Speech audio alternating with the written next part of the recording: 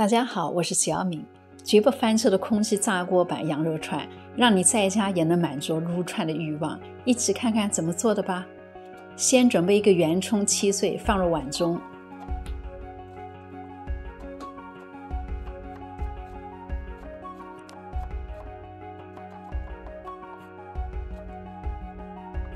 然后加6到8颗盐，20毫升水搅匀，放冰箱腌制1晚。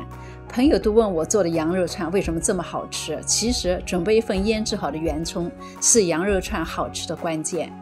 接着用水浸泡一些所需的猪签，这一步是避免太干燥的猪签容易烤焦。羊肩肉900克，切3厘米左右的方块。将切好的羊肩肉倒入已腌制好的圆葱中，搅匀静置15到20分钟。辣椒面和孜然粉的量根据自己的爱好在烤前加入拌匀。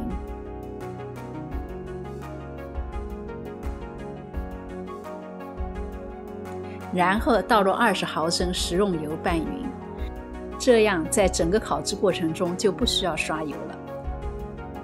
然后进入穿羊肉串的程序。空气炸锅容量有限，每根猪签上穿了4块羊肉。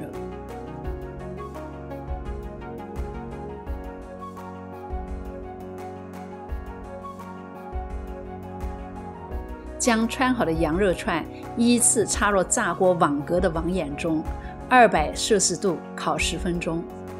10分钟后转个面，同样的温度再烤5分钟。每一家的炸锅都不一样，这里用的时间和温度仅供参考。